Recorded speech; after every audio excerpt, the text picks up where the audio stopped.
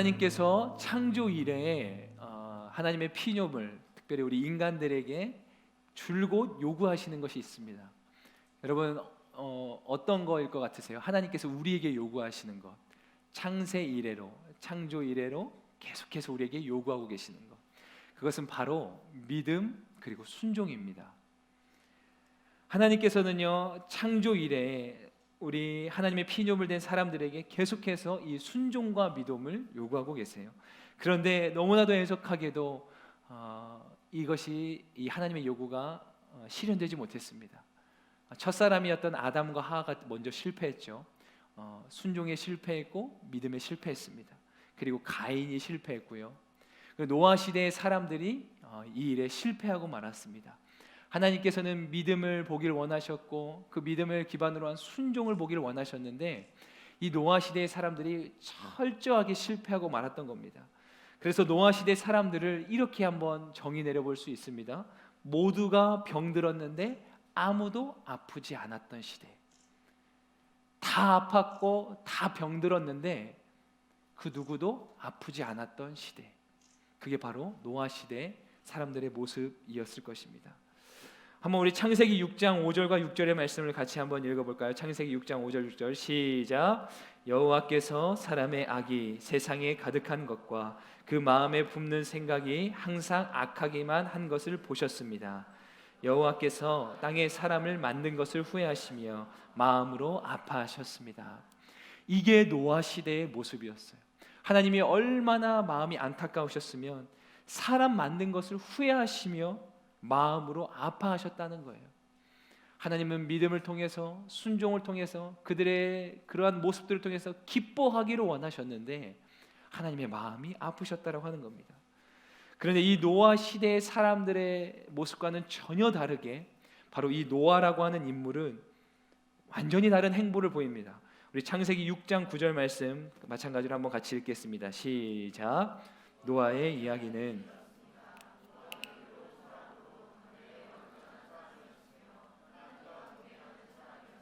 아멘. 노아는요 의로운 사람이었어요. 당대의 완전한 사람이었습니다. 하나님과 동행하는 사람. 그냥 한 단어로 노아는 의인이었습니다. 의인. 엄청난 칭호지 않습니까? 하나님으로부터 들을 수 있는 최고의 칭찬 아니겠냐는 거예요. 그런데 노아가 이렇게 이러한 놀랍고 위대한 하나님으로부터의 칭호, 칭찬을 들었던 이유 다 짐작하시겠지만 우리 창세기 7장 5절 말씀도 한 번 더 읽어보겠습니다. 특별히 개역개정 번역으로 읽어보겠습니다. 시작. 노아가 여호와께서 자기에게 명하신 대로 다 준행하였더라. 아멘. 하나님께서 노아에게 명하신 것들을 다 지켜 행했다라고 하는 거예요. 그 모습을 보면서 노아는 의인이라고 여겨졌고 당대의 완전한 사람이었다라고 하는 거예요. 완전한 사람. 여러분 우리 가운데 나는 완전한 사람이에요라고 말할 수 있는 사람이 과연 몇이나 되겠습니까? 물론 뭐 엄청난 이렇게 자신감에 의해서 그렇게 표현하는 분들도 있을지 모르겠지만 하나님의 평가 아니겠습니까? 우리가 하나님의 평가 앞에 놓여져 있었다고 할 때 하나님으로부터 야 너는 진짜 완전한 사람이야, 야 쟤는 정말 완전한 사람이야라고 할 만한 사람이 몇 명이나 되겠냐는 거예요. 그런데 이 노아는 하나님으로부터 그러한 칭찬을 들었습니다. 당대의 완전한 사람, 하나님과 늘 동행했던 사람. 근데 그 이유가 무엇이었냐면 노아는 하나님께서 명하신 것들을 다 지켜 행했다라고 하는 것입니다. 여러분 노아가 완전한 사람이라고 그렇게 칭함받을 수 있었던 이유는 노아가 흠이 없었기 때문이 아니라는 겁니다. 노아가 의인이라고 그렇게 부름받을 수 있었던 이유가 노아가 아무런 연약함이 없는 사람이었기 때문이 아니라 이미 우리가 보았던 말씀처럼 하나님의 말씀, 곧 하나님의 약속에 반응했기 때문이에요. 어떻게 반응했냐면 순종했다라고 하는 겁니다. 근데 이 하나님의 말씀과 약속이요 사실은 외람된 표현이지만 정말 얼토당토하는 노아 입장에서는 당시에 많은 사람들이 노아를 얼마나 비웃었을까. 막 무슨 배를 만들겠다고 막 산에서 막 나무를 가져다가 이게 하루아침에 뚝딱 만든 게 아니고요 매일같이 몇 년 동안 그 수고를, 그 시대에 포크레인이 있었겠어요? 무슨 이렇게 중장비가 있었겠습니까? 그냥 우리가 간단히 상상해봐도 엄청난 수고와 노력이 들지 않겠어요? 노아가 매일같이 얼마나 비웃음거리가 됐겠습니까? 그냥 하루 이틀 눈 질끈 감고 한 게 아니고 몇 년, 몇 날, 며칠을 그 엄청난 세월을 배를 만들고 있는데 지나가는 사람들이 뭐 나중에는 이제 거들떠보지도 않았겠죠. 노아가 그 다 세월을 이겨내면서 하나님 앞에 그 약속을 믿음으로 취하고 반응했다고 하는 거예요.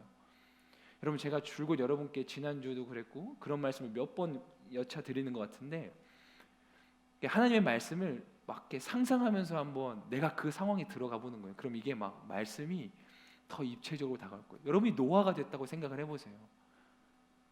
내가 이제 곧 홍수 심판이 온다. 근데 내가 배를 만드는 거예요. 한 일주일만 그걸 계속해도 대단한 거 아니겠습니까? 모든 세상 사람이 다 손가락질하고 비웃을 때 노아가 포기하고 싶었던 순간이 한두 번이었을까요? 그런데 그는 끝까지 완수했다라고 하는 겁니다. 하나님의 약속을 철저히 신뢰한 채 말입니다. 그래서 히브리서 11장 7절 말씀은 그 노아에 대해서 이렇게 기록해요. 한번 같이 읽어볼까요? 시작. 믿음으로 노아는 아직 보지 못하는 일들에 대해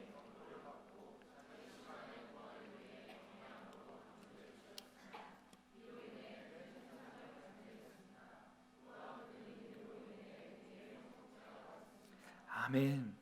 여러분, 믿음으로 노아는 아직 보지 못하는 일에 대해서 경외함으로 방주를 지었다라고 기록합니다. 또 한 사람을 소개해드리고 싶어요. 그는 바로 아브라함이에요. 여러분들 아브라함 잘 알다시피 그는 믿음의 조상이라고 하는 닉네임을 가진 인물입니다. 창세기 15장 6절 말씀 제가 읽어드릴게요. 아브라함이 여호와를 믿었습니다. 그래서 여호와께서 아브라함의 그런 믿음 때문에 그를 의롭게 여기셨습니다. 여러분, 우리는 의인이라고 하는 단어를 들으면 완벽한 사람, 흠이 없는 사람을 생각하기 때문에 야, 의인이라고 하는 어떠한 그러한 칭호는 나와는 거리가 멀다 생각할 수 있어요. 물론 의인은 그러한 뜻도 갖고 있지만 성경에서 말하는 의인은 어떤 거냐면 믿음, 하나님과의 온전한 관계에 있는 상태를 말하는 겁니다. 의롭다 여김을 받는다는 건 하나님과 나와의 관계가 온전히 원래대로 정상대로 세팅되어 있는 것, 그 상태가 바로 의의 상태인 거예요. 아까도 말씀드렸죠. 하나님이 우리에게 요구하시는 건 믿음, 하나님과 나 사이에 작동되는 건 믿음인 겁니다. 하나님과 나 사이의 매개체는 믿음인 거예요. 그게 온전히 세팅되어 있는 상태, 그게 의의 상태인 겁니다. 그러니까 아브라함도 동일한 칭호를 받게 됐다는 거죠. 그래서 하나님께서 의로 여기셨던 이 아브라함의 믿음은 어디까지 가냐면요, 이삭을 여러분들 잘 아시는 것처럼 그 학수고대하여서 얻었던 그 아들 이삭을 산 제물로 바치는 그 엄청난 순종을 보이는 데까지 이르렀다는 거예요. 아브라함의 이 믿음이 이 순종을 만들어냈다고 하는 거죠. 여러분, 제가 믿음과 순종을 계속해서 연이어 말씀드리고 있습니다. 여러분, 믿음과 순종은요 불가분한 관계입니다. 믿는다면 순종하는 거예요. 그리고 순종할 수 있는 것은 믿기 때문이라고 하는 겁니다. 이건요 뗄래야 뗄 수 없는 겁니다. 자, 여러분, 순종이라고 하는 단어가 여러분들에게 부담이 될 수 있어요. 저도 그렇습니다. 우리에게는 부담스럽고 무언가 막 이렇게 짐처럼 십자가처럼 무게감 있게 느껴질 수 있어요. 자, 그러면 잠시 순종이라는 단어는 한켠에 치워놓고 우리가 이제 믿음이라는 단어를 우리가 한번 대해봅시다. 여러분, 저와 여러분들은 믿는 자들 아닙니까?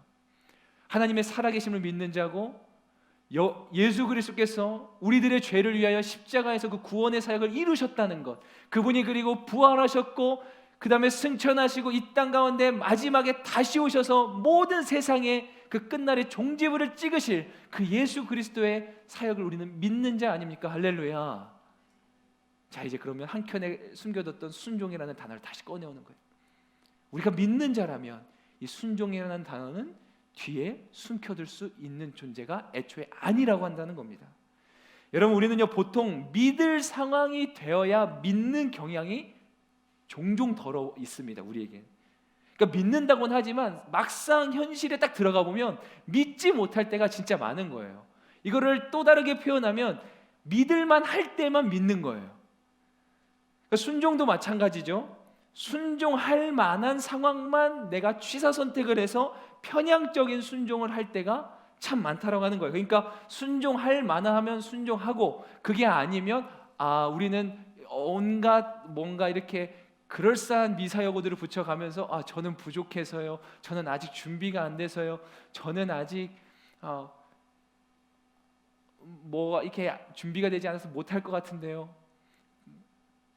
예, 아직 내 의가 살아있는 거죠, 그렇죠? 저는 그래서 이제 애람된 얘기지만, 이게 교역자로, 오늘의 교역자로 사역하다 보면 이제 항상 연말이 다가오면 이제 전화가 불티나는 시절이 다가옵니다. 그 때가, 여러분들 중에도 그 전화 많이 받으셨죠?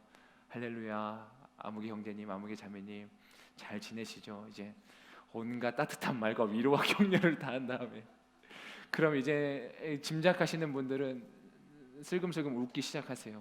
그러면 저도 민망해서 이렇게 대화를 하죠. 제가 왜 전화한 줄 아시죠? 이러면서 우리 내년에 같이 순장해요, 내년에 같이 MC해요, 내년에 같이 팀장해요 라고 하면, 이젠 거의 뭐 우리 온누리교회 청년, 우리 길 리더십들도 다 한 번에 아멘 했으리라고 믿어요. 근데 가끔 이런 분들이 계세요. 목사님 감사합니다, 제가 근데 조금만 기도해봐도 될까요? 그러면 이제 저 같은 목회자들은 속으로 이런 대답, 겉으로는 표현 못하지만 속으로는 저도 기도하고 전화했는데요. 이렇게 저는 기도 안 하고 전화했을까요? 친한 사람한테 이렇게 좀 친밀감 있는 사람한테 그렇게 얘기해요. 저도 기도하고 전화한 건데요, 기도는 제가 다 했어요. 이렇게 그래도 기도해야 되겠대요. 그러면 제가 많이는 아닌데, 제가 이제 작년에 여호수아 공동체라는, 그래서 어쨌든 거기는 콜링할 사람이 많으니까 제가 아주 한두 명한테 이런 표현 했던 것 같아요. 그래도 끝까지 기도해야 되겠다길래 제가 이랬던 기억이 있어요. 아무개 형제님 자매님, 근데 저는 궁금하다고. 그래서 그럼 기도하실 때 이렇게 기도하실 거 아니냐. 하나님, 우리 목사님이 저에게 내년에 순장을 해보라고 콜링을 했는데 제가 이걸 하는 게 맞나요? 안 하는 게 맞나요? 이렇게 기도할 거죠. 네, 그렇대요. 그러면 하나님이 거기다 대고 너는 하지 마, 이렇게 대답하실까요? 저는 아니라고 생각하거든요. 그러니까 뭐 이쯤 되면 이제 거의 제가 이긴 거죠, 그렇죠? 그러면 예, 목사님 하겠습니다. 거의 하나님은 절대 하지 말라는 사인을 주지 않는다.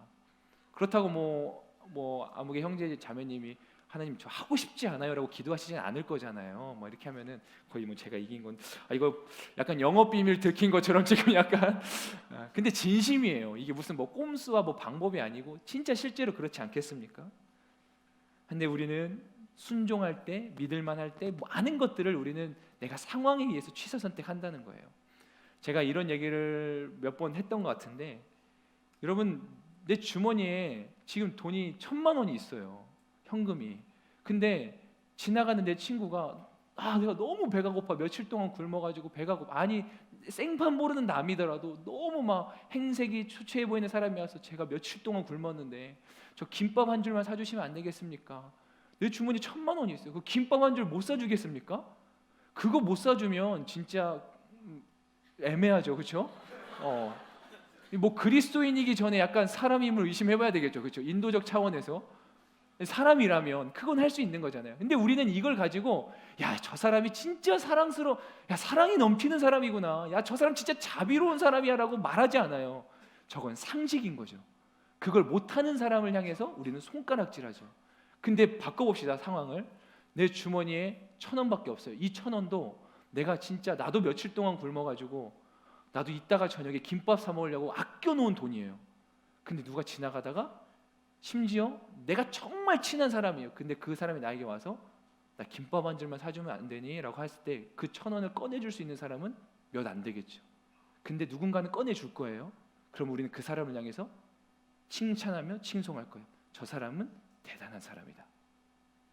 여러분, 우리는요, 마땅히 당연히 해야 되는 순간에 한 걸 가지고 믿음이라고, 그리고 나는 하나님 앞에 순종했다고 착각할 때가 진짜 많아요. 그거는 너도 할 수 있고 나도 할 수 있고 얘도 할 수 있고 누구나 할 수 있는 거예요.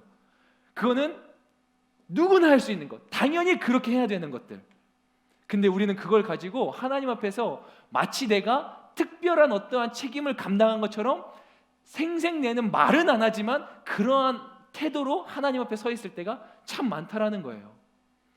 근데 여러분, 누구나 할 수 없는 것, 아무나 할 수 없는 것, 지명하여 부르신 당신에게 주어진 그 상황을 해내는 것, 여러분 그게 믿음이고 그게 순종인 줄로 믿습니다. 그래서 기독교의 위대한 교부자 신학자인 터툴리아는 이런 얘기를 했어요. 나는 불합리하기 때문에 믿는다. 너무 멋진 표현 아닙니까? 라틴어를 한번 멋있게 읽어보려고 제가 구글 번역기에 가서 이렇게 몇 번 막 들어보고 왔는데 쑥스러워서 못하겠네요. 그레도 꾸이야 앱소로돔 막 이랬던 것도. 이 라틴 이 교부가 터툴리안이라고 하는 이 위대한 신학자 너무 멋있는 말이에요. 나는 불합리하기 때문에 믿는다. 근데 우리는 어떠냐면 나는 합리적이어야 믿는다라고 살아갈 때가 맞는 거예요. 불합리야. 자, 오늘 본문 말씀 얘기를 우리 좀 나눠봅시다. 오늘 본문 말씀을 보면 하나님께서 이스라엘 백성과 시내산 언약을 맺으시는 장면이에요. 여러분 사실 이스라엘 민족은 애굽을 떠나서 여기 지금 이 출애굽 19장의 장면에 이르는 동안이 약 2달여 남짓 정도 됐어요. 50일 정도. 근데 하나님께서 이 애굽을 나와서 그러니까 이집트를 탈출해서 지금 여기 시내산까지 오는 이 2달여 남짓 동안 사실 이스라엘 민족은요 완전히 꽝이었어요. 왜냐하면 하나님께 온전한 순종과 믿음을 보여주지 못했거든요. 그들은 조금만 불편해도 모세로 원망했고 비방했고 막 하나님 앞에 불평불만을 쏟아내기 일쑤였어요. 출애굽했죠. 출애굽을 그냥 했습니까? 엄청난 10가지 재앙을 일으켰어요. 홍해 바다를 건넜습니다. 구름 기둥과 불 기둥이 매일같이 그들을 보호했어요. 만나와 메추라기가 매일같이 공급돼서 그들이 굶어 죽지 않았어요. 광야에서도 말입니다. 여러분 그들은요 기적의 한 복판에서 살아가고 있었던 거예요. 그런데 그들은 감사할 줄 몰랐습니다. 여러분들 잘 생각해 보면 제가 아까 이제 2달 정도의 시간이 지났다고 했는데 애굽에서 탈출한 지 시내산에 오는데 근데 여러분 이들이 애굽에서 종살이를 한 게 400년이 넘습니다. 400일이 아니고요 400년입니다. 430년. 여러분 400년 이상의 훌쩍 넘는 시간 동안 종으로 노예로 억압받고 핍박받고 자유는 온데간데 찾아볼 수 없는 여러분 그 정도의 세월 속에 억눌려 살았으면 이 사람들의 정체성과 자존감은 바닥 정도가 아니고 없습니다. 그냥 이 사람들은 인간의 삶을 어쩌면 살지도 못해 그냥 인간의 그 기본적인 그 존엄성조차도 유지되지 못하는 어쩌면 그냥 과격한 표현일지 모르겠지만 저는 뭐 과언이 아닌 것 같아요. 정말 짐승 같은 삶을 살았을지도 모르겠어요. 근데 그 엄청난 시간을 뚫고 나왔는데 그 400년 넘는 시간에 비하면 2달은 굉장히 짧은 시간인데 이 2달 동안도 견디지 못하고 원망을 쏟아내는 이스라엘 백성들. 그런데 그런 이스라엘 백성들과 지금 하나님이 시내산 언약, 약속을 맺고 계신 거예요. 약속을. 그래서 이 시내산 언약은요 사실은 애초부터 말이 안 되는 겁니다. 왜냐하면 하나님 입장에서는 괘씸해도 이렇게 괘씸할 수 없는 거예요. 아니 지금 하나님 입장에서 이 계약자의 입장으로 앞에 지금 이제 뭐 갑을 이게 사실 시내산 언약이 종속적인 계약, 그러니까 동등한 계약이 아니고 이 당시 고대 근동 지역에는 이런 어떤 계약 문서가 많이 발견이 되기도 했어요. 근데 계약은 크게 2가지죠. 종속 관계, 분명한 종속 관계가 있든지 동등한 관계에서 하는 계약인데 이거는 종속 관계입니다. 하나님 입장에서 하나님이 갑이에요. 을 이스라엘 백성을 볼 때 이게 지금 계약을 할 만한 상황이냐는 거죠. 이 언약을 약속을 맺을 만한 상황이 전혀 못 됩니다. 차라리 이게 시내산 언약이 아니라 시내산 징계라고 했으면 오히려 성경이 조금 더 합리적으로 보였을지 모르겠어요. 그래서 성경은요 합리적이지 않습니다. 앞뒤가 뭔가 안 맞아요. 안 맞기 때문에 우리가 믿음의 관점으로만 이해될 수 있는 것들이 너무나 많아요. 하나님의 이 행동이 이해되지 않아요. 저는 그래요. 우리의 상식의 렌즈를 끼고 보면 하나님의 이 행동은 맞지 않는 거예요. 시내산 언약이 아니라 시내산 징계를 내리셔야 되는 거예요. 그런데 하나님은 시내산 언약을 맺으세요. 그래서 시내산 언약은 전적으로 은혜에만 근거한 언약이라는 거예요. 그러니까 은혜가 아니면 이 언약은 애초에 등장할 수 없었다는 거예요. 은혜 값없이 주시는 것, 그냥 주시는 것, 조건 없이 주는 것, 그렇게 맺어진 언약이었다고 하는 거예요. 근데 이 언약의 내용을 보니까 이런 것들이에요. 하나님이 제가 아까 그랬죠. 400년 넘는 시간 동안 완전히 자존감이 무너져서 정체성은 온데간데 없이 사라진, 그러니까 이 사람들에게는 기본적인 인간의 삶조차 영이 되지 않는 그런 사람들에게 하나님이 뭘 주시냐면 정체성을 부여하세요. 너희는 제사장 나라가 될 거야. 너희는 거룩한 민족이 될 거야. 6절 말씀에 나와 있죠. 하나님이요, 가장 근본적인 것부터 그들을 회복시키기 시작하는 거예요. 그래서 여러분, 이 시내산 언약을 맺는 이스라엘 백성들의 모습을 조금 더 살펴보려고 하는데, 자, 이 언약 이전에, 그러니까 출애굽하기 이전에 이 이스라엘 백성들의 모습은 어땠어요? 앞서도 말씀드렸지만 매여 있고 억눌려 있고 곤비한 삶, 늘 부족한 삶, 그런 삶이었어요. 그래서 오늘 출애굽기 19장 4절 말씀에 보면 같이 한번 읽어볼까요? 4절 시작. 내가 이집트 사람에게 행한 일을 너희가 직접 보았고.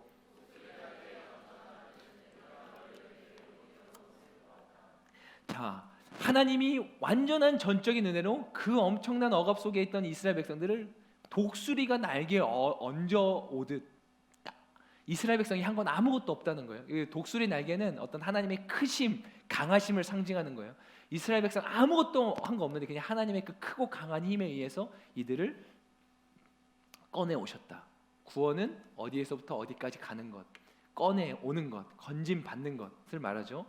근데 여기서 보면 독수리 날개에 얹어 나르다, 얹다라고 하는 표현인데 이게 히브리어로 나사라고 하는 단어의 의미인데, 이게요, 이 나사라고 하는 동일한 단어가 창세기 18장 26절에서도 쓰이는데 이렇게 쓰여요.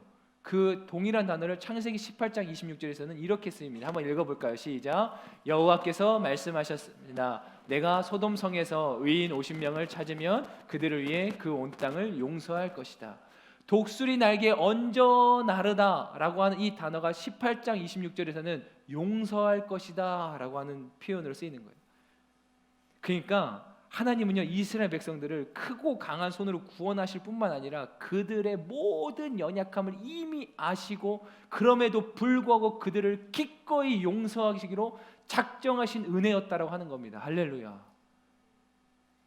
여러분 가운데 혹시 끝모를 죄책감 때문에 하나님 앞에서 자유하지 못하고 괴로워하시는 분들 계세요? 하나님은요, 우리가 넘어질 것, 우리가 연약한 것 이미 다 아시는, 하나님은 시간을 초월해 계신 분이시기 때문에, 여러분, 하나님의 사랑이 우리의 죄보다 큽니다. 그리스도의 십자가 은혜가 우리의 허물보다 큽니다. 오늘 이 말씀이 포인트는 아니기 때문에 그냥 이 맥락에서 이 정도만 나누고 가고 싶은데, 그러나 꼭 여러분들과 나누고 싶은 건 하나님의 은혜, 하나님의 사랑이 우리의 연약함보다 크다는 거예요. 덮고도 남는다는 거예요. 마치 하나님이 이 이스라엘 백성들을 독수리 날개에 얹어 나르듯이 저와 여러분들의 인생을 그렇게 크고 강한 손으로 건져내시고, 내가 아무 낸 거 없어요. 내가 무엇 하나 한 거 없어요. 그냥 진짜 독수리가 그 날개에 얹어서 뭐 한 게 있어요. 그냥 다 100% 하나님이 하신 거라는 의미 아닙니까? 하나님이 그렇게 하신다는 거예요. 심지어 저와 여러분들이 그 끝모를 연약함 속에서도 불구하고 하나님은 우리를 용서하시기로 작정하신 은혜를 베푸셨다고 하는 겁니다. 자, 그런가 하면 이스라엘 백성들이 이전에는 노예였어요, 여러분. 아마 나중에 언젠가 기술이 발달되면 제가 여기서 노예하면 여기서 뭔가 노예가 딱 뜨고 이러면 좋겠다, 그렇죠? 노예 홀로그램이 딱 뜨고 막, 그렇죠? 여러분, 노예였어요. 이스라엘 백성들이 노예였는데 하나님이 출애굽시키셔서 지금 시내산 언약에서 뭘 말씀하시냐면 노예를 왕의 자녀로 바꾸시는 거예요. 여기서 말한 왕의 자녀는 하나님의 자녀를 뜻합니다. 노예였는데요, 아무 조건도 없이 아무 어떠한 대가도 없이 지금 하나님이 약속을 하시는 건데, 너희는 이제 왕의 자녀가 될 거라는 거예요. 여러분, 이거는 그냥 극 반전인 겁니다. 노예가 왕의 자녀가 됐다는 건 그 더 최하급도 없고 최상급도 없는 거예요. 그냥 가장 극이 가장 극으로 변화된 겁니다. 하나님의 전적인 은혜에 의해서 말입니다. 억눌려 있고 매여 있던 삶이 자유하며 영광스럽고 풍성하고 공급받는 삶으로 변화된 거예요. 여러분, 근데 놀라운 은혜가 또 하나 숨겨져 있어요. 진짜 하나님의 은혜가요, 너무나 다채로워요. 하나님이 이 시내산 언약을 맺을 때, 여러분, 우리는 그렇게 알고 있죠. 이스라엘 백성은 무슨 민족이라고 부르냐면 선민 사상이 있었어요. 선민, 선택받은 민족이다. 자기들은 하나님 앞에 선택받은. 근데 이 당시에 애굽에는 이스라엘 백성들만 노예로 있던 게 아니라는 거예요. 애굽이라는 나라가 온갖 데서 이제 사람들을 다 노예로 끄집어 왔기 때문에 거기는 그냥 다양한 민족들. 그래서 이스라엘 백성이 출애굽했을 때는 이스라엘 백성만 한 게 아니고 거기에는 무수히 많은 다양한 민족들이 섞여 있었어요. 그런데 이 시내산 언약을 맺을 때도 하나님이, 그러니까 대상을 이스라엘 백성들에게 말씀하시는 것처럼 하지만 그 대상 안에는 누가 포함되어 있냐면 흔히 말하는 이방인들이 포함되어 있는 거예요. 하나님이 여기서 막 골라내게 하셔가지고 자, 이스라엘, 비이스라엘 나오고 너네는 빠지고 이스라엘 너네만 내가 왕의 자녀 삼을 거야 라고 한 게 아니고 거기 있는 모든 이방인들, 어떤 뭐랄까 성경적 관점으로 보면 치부시 되고 그 하나님의 구원 역사에 들지 못할 것 같은 그 사람들도 하나님께서 친히 택하셔서 왕의 자녀로 삼으셨다라고 하는 겁니다. 언약의 대상을 삼으신 거예요. 그러니까 여러분, 이 시내산 언약, 언약, 약속, 계약 다 동의합니다. 이 시내산 언약은 무엇으로 보나 하나님의 은혜와 자비의 향연이었어요. 향연. 놀라운 협주곡, 하나님의 은혜, 자비, 사랑, 이것들이 한데 어우러진 그 은혜의 소나타, 그게 바로 이 시내산 언약이었다고 하는 거예요. 아까도 말씀드렸죠. 종속적 계약이지만 다분히 이타적인 계약. 종속적인 계약은요, 이기적인 계약이기 십상이에요. 왜냐하면 한 사람이 절대적 위치에 있기 때문에. 근데 이것은요, 완전한 반전이죠. 종속적 계약인데 이타적인 계약이었어요. 착취하고 이익을 뜯어내고 얻어내기 위한 계약이 아니라, 소위 말하는 값을 위한 계약이 아니라 을을 위한 계약. 내가 취하기 위한 계약이 아니라 내가 가진 것을 내어주기 위한 계약. 그게 오늘 이 창세기 19장에 나오는 시내산 언약이 갖는 놀라운 하나님의 은혜라고 하는 겁니다. 근데 그 언약의 그 은혜의 줄기가 오늘날 저와 여러분들에게도 동일하게 흐르고 있다고 하는 거예요. 여러분 보세요. 제가 이 종속관계, 갑이 아닌 을을 위한 계약이라고 했잖아요. 그래서 이 언약이 너무나 놀라운 언약이라고 하는 거예요. 이렇게 표현해 볼 수 있어요. 하나님이요, 그렇게 하지 않으셔도 되는데 친히 그렇게 하신 거예요. 아까 말씀드렸죠. 여보, 우리는 당연히 그렇게 해야 되는 것 가지고 그 되게 생색낼 때가 많죠. 근데 하나님 반대인 거예요. 그렇게 하지 않아도 되는 걸 가지고 기꺼이 하나님 그렇게 하세요. 하나님이 왜 굳이, 여러분 죄송해요 이런 표현을 써서, 하나님이 왜 굳이 저와 여러분들을 위해서 십자가 지셔야 됩니까? 저는 아무리 생각해도 답이 떠오르지 않아요. 제가 그냥 제 이름을 넣어서 표현해볼게요. 여러분 스스로의 이름을 그렇게 해보세요. 하나님이 만약 저에게 천종아 내가 너를 위해서 왜 십자가를 져야 되니? 라고 물어본다면 제가 아무리 모든 지식과 나의 모든 선함을 다 끌어모아서 동원해도 하나님 마음에 만족시킬 만한 대답이 떠오르지 않아요. 그 말인즉슨 나는 하나님의 십자가 은혜를 받을 자격이 하나도 없습니다. 그래요. 100번 양보해서 하나님이 저를 위해서 채찍 정도는 맞아줄 수 있는 내 안에 선함과 영적 양심이 있다고 칩시다. 그러나 하나님이 목숨을 내어줄 만큼 나는 그런 값어치 있는 삶을 하나님께 드리지 못했어요. 여러분들은 어떠신지 모르겠습니다. 근데 하나님은 친히 그렇게 하셨어요.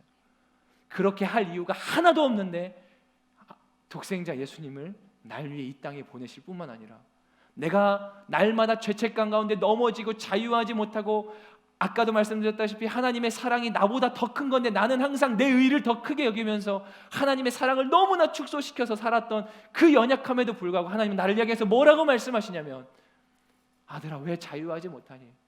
내가 너를 자유하기 위해서, 너에게 평안을 주기 위해서 십자가에 못 박혔는데 아직도 자유하지 못하니? 하나님이 책망하는 게 아니라 그럼 내가 너를 위해서 다시 한번 십자가를 짓게. 내가 너를 해방시키기 위해서 다시 한번 십자가 짓게. 너 여전히 그렇게 네 삶이 괴롭니? 네가 얼마나 괴로울지 내가 알아. 지긋지긋한 너의 그 환경들, 상황들, 풀어지지 않는 그 인생의 매듭들. 근데 내 약속 기억나니? 하나님 그렇게 말씀하시지 않겠어요? 근데 내 약속 기억나니? 내가 주는 평안은 세상이 주는 것과 같지 않아. 아들아 딸아 그거 기억해 볼 수 있겠니? 아버지 저 안 되는데요. 여전히 전 삶이 너무 힘들고 지치는데요. 하나님이 말한 그 평안이 누려지지 않는데요. 그때 하나님 우리에게 야 이놈의 자식아 왜 그러고 있어? 책망하는 게 아니라 그럼 내가 널 위해서 다시 한번 십자가를 짓게. 그렇게 말씀하시는 분이라고 하시는 겁니다. 그래서 이 시내산 언약은 애초에 하나님만 시작할 수 있는 은혜 언약이었어요. 여러분, 우리 인생도 똑같지 않습니까? 우리 인생의 모든 스토리는 하나님만 시작할 수 있는 거예요. 하나님 여러분들 순종의 자리로 부르세요. 하나님이 저와 여러분들을 무언가 믿음의 영역으로 지금 불러내세요. 그러면 하나님이 지금 무언가 또 스토리를 써가시려고 하는데 그건 하나님만 시작할 수 있는 스토리로 우리를 지금 불러내시는 거예요.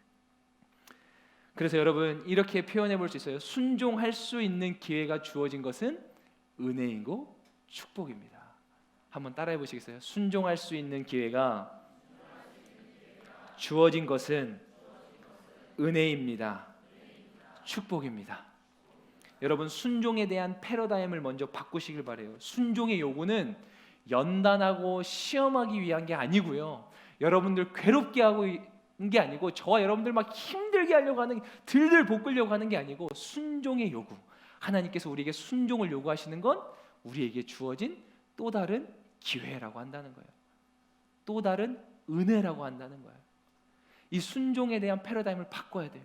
순종은 연단이 아닙니다. 순종은 시험이 아니에요. 훈련이 아니고, 순종을 통해서 하나님이 또 다른 기회를 저와 여러분들에게 주시는 거예요.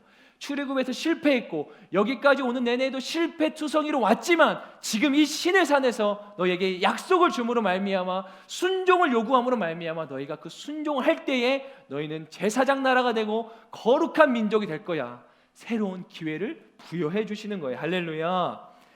지난주에 담임 목사님 설교 내용 중에 이러한 말씀이 있으셨어요. 우리는 어느 때 온 마음 다해 하나님만 사랑하는 마음을 놓치게 될까? 담임 목사님이 세 가지를 말씀해 주셨어요. 첫 번째가 자신의 힘으로 해결할 수 있는 문제일 때 우리는 하나님 사랑하는 마음을 놓치게 된다. 너무 마음에 깊은 통찰력이 있었어요. 두 번째는 성공이 계속되고 있을 때 우리는 마찬가지로 하나님을 사랑하는 걸 놓치게 되고, 세 번째는 평안이 지속될 때, 자신의 힘으로 해결할 수 있거나 성공이 계속되거나 평안이 지속될 때 우리는 하나님만 사랑하는 마음을 놓친다. 그래서 이 말씀이 너무 와닿고 은혜가 돼서 저도 생각해 보았어요. 하나님, 우리가 왜 온전한 순종을 하지 못할까요? 같은 맥락에서 이해한 거지만 첫 번째는, 그래서 세 가지의 관점을 하나님께서 떠오르게 해주시더라고요. 첫 번째는 내 관점이에요. 뭐냐면 내 관점에서 보면 순종하지 못하는 게 이거예요. 그릇된 허상이 있기 때문이에요. 무슨 말이냐면 주님 없이도 괜찮다라고 여기며 자신의 힘으로 살아가 보려고 하는 마음, 곧 교만이겠죠. 이 마음, 그래서 주님의 뜻보다 내 뜻을 더 앞세우면서 주님의 계획보다 나의 계획을 더 붙잡으면서 가는 그 마음, 그래서 오히려 주님의 뜻과 계획과 섭리를 불편하게 여기는 마음, 그릇된 허상이죠. 나에 대한 허상. 나는 내 뜻은 완벽해. 내 계획이 더 확실한 거야. 내가 계획한 대로 나는 살아갈 거야. 그릇된 허상이 우리를 순종하지 못하게 합니다. 두 번째는 세상의 관점이에요. 이것 때문에 우리가 순종하지 못하는데 뭐냐면 왜곡된 환상을 세상이 준다는 거예요. 여러분, 사단이요, 사단 마귀들이, 이 영적인 존재들이죠, 사단 마귀들이 신앙인들을 넘어뜨리려고 온갖 미혹을 당하고 온갖 것들로 저 여러분들 넘어뜨리려고 합니다. 그들의 목표는 그거 하나예요. 자기들도 알아요. 언젠가 끝날이 있다는 거. 근데 걔네들은 자기들이 하나님 이겨보려고 그러는 게 아니고 자기들의 끝이 있는 거 아는데 그 끝을 자기들끼리 가기 싫은 거예요. 어떻게든 인간의 영혼을 같이 끌어잡아서 같이 무저갱에 지옥 가운데 거하려고 인간의 영혼을 사로잡는 거예요. 우는 사자처럼. 자, 근데 이 사단이 우리 신앙인들을 넘어뜨리는 가장 강력한 무기가 뭐냐면, 무기 가운데 하나가 이 순종의 영역을 건드리는 거예요. 그래서 그들은 하나님이 안 계신 곳에서 자유와 안전이 있다고 그렇게 느끼게 만들어요, 우리에게. 여러분 이해되세요? 제가 좀 어렵게 표현했나요? 하나님이 없어야 우리가 자유하고 하나님이 안 계신 곳에 우리에게 뭔가 이렇게 신나는 일이 있을 것처럼 사단은 우리를 그렇게 미혹해요. 사실 실상은 참되고 영원한 자유는 하나님의 그늘 아래, 전능자의 그늘 아래 참된 자유와 평안이 있는 건데, 사단은 우리를 계속해서 하나님 없는 영역 가운데 진짜 기쁨이 있는 것처럼 착각하게 만드는 거예요. 그래서 순종이라고 하는 것과, 그러니까 하나님의 영역 안에 들어간다는 건 순종한다라고 이렇게 해석할 수 있잖아요. 순종하는 게 굉장히 괴로운 일이고, 순종하는 게 굉장히 뭔가 억압되는 일이고, 자유하지 못하는 것처럼 그렇게 여기게 만든다는 거예요. 여러분, 그래서 이 생각을 즉시로 끊어내기 바랍니다. 여러분, 우리는 오늘부터 우리의 패러다임이 완전히 바뀌는 거예요. 순종은 어려운 게 아니고 순종은 또 다른 기회입니다. 할렐루야. 이 속임수를 끊임없이 끊어내시기 바랍니다. 인간들에게 그래서 계속해서 순종하지 못하게 하는 겁니다. 마지막 세 번째는 왜 순종하지 못하는가라는 관점보다는 주님의 관점을 한번 보기 원해요. 주님의 관점은 진정한 비상이에요. 뭐냐면 사단은 자꾸 왜곡된 환상을 통해서 우리를 넘어뜨리려 하지만 하나님은 진실된 비상, 진짜 날아오르는 것, 그 원인과 그 이유가 뭔지를 우리 가운데 말씀하시는 거죠. 사단은 순종하면 인생이 망하는 것처럼 억압되는 것처럼 말하지만 하나님은 순종할 때 우리가 진짜 비상하게 될 거라고 말씀하시는 거예요. 마지막 이 말씀만 나누고 우리가 같이 마치겠습니다. 여러분 5절 말씀 같이 읽어볼까요? 5절 말씀 시작.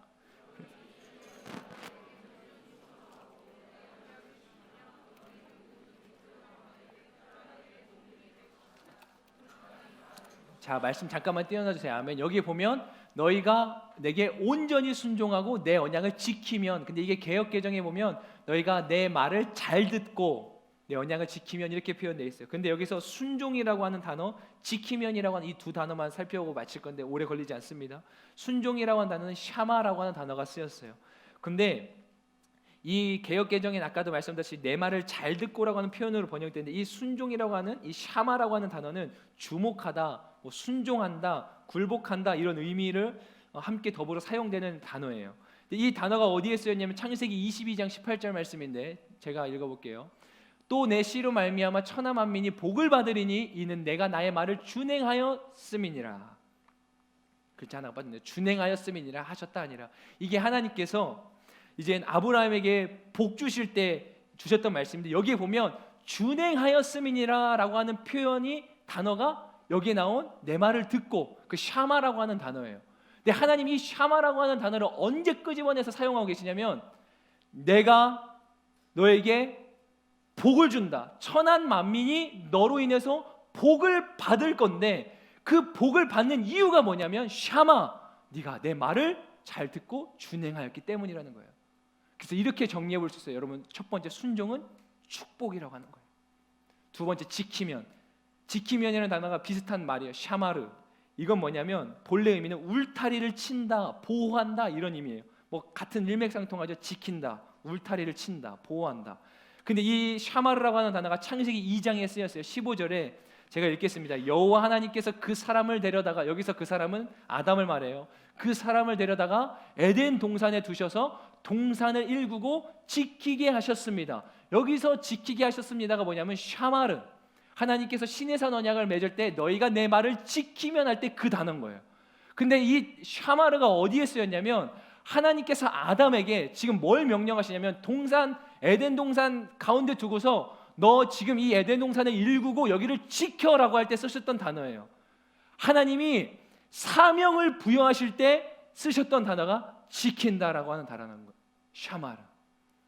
여러분, 내 말을 온전히 순종하고 내 말을 지키면 이 순종은 첫 번째 축복이며 두 번째 순종은 사명이라고 하는 거예요. 여러분, 간절히 사모합니다. 저도 부족하지만 제가 그럴 때가 있어요. 저는 거의 그래요. 항상 설교할 때 내가 그렇게 살지 못하는데 그렇게 막 뭔가 해야 된다고 막 이렇게 막 침 튀겨가면서 설교할 때 마음이 너무 무거워서 언젠가부터 그냥 마음을 바꿔 먹었어요. 그래, 나도 말한 것처럼 같이 살기 위해 저도 같이 그렇게 몸부림치겠습니다. 그런 마음으로 설교해야죠. 오늘이 딱 그래요.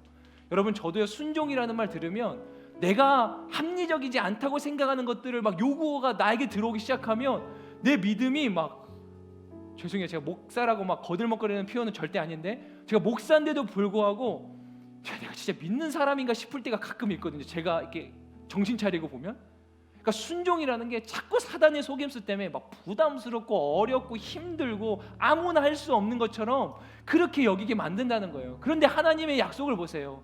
순종은 축복입니다. 순종은 사명이에요.